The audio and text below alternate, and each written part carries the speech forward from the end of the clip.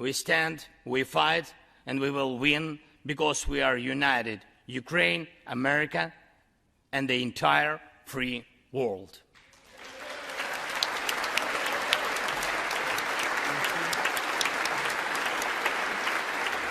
I thought his appearance was powerful. I thought his message was compelling.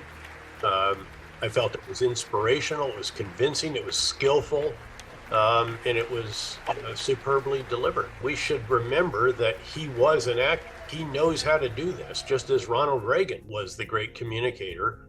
Zelenskyy is as well.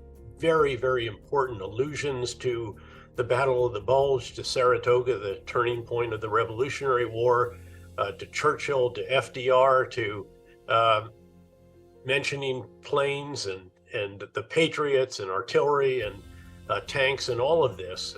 And then, of course, ending with this really moving presentation of a flag, a Ukrainian flag from the battlefield in Bakhmut, where he was the day before, when he was presenting awards to those on the front lines. And by the way, that day, President Putin was presenting awards to his buddies in the Kremlin and other leaders, not on the front lines.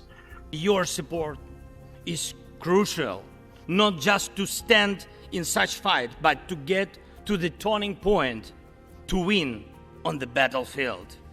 We have artillery. Yes. Thank you. We have it. Is it enough? Honestly, not really. He's not just acting. He's using all of his acting skills in a very impressive manner, but also, I think, absolutely sincerely. You can't fake this. You know, we used to occasionally observe about leaders in combat and so forth. You know, if they don't really love soldiers, they can't fake it forever. Sooner or later, it's very evident whether someone is truly sincere or not. And I think there was no question whatsoever about his sincerity.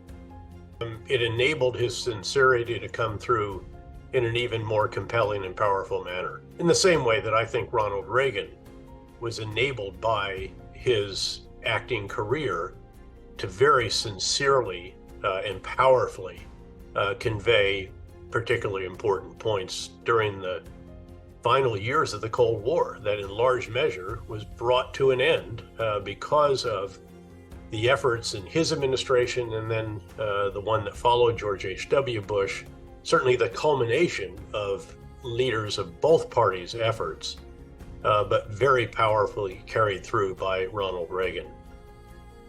So again, I think a very, very important trip to his first trip outside Ukraine since the invasion began, and both symbolically and substantively important. Again, to the country that more than all the others put together has enabled him and his forces to defend his country.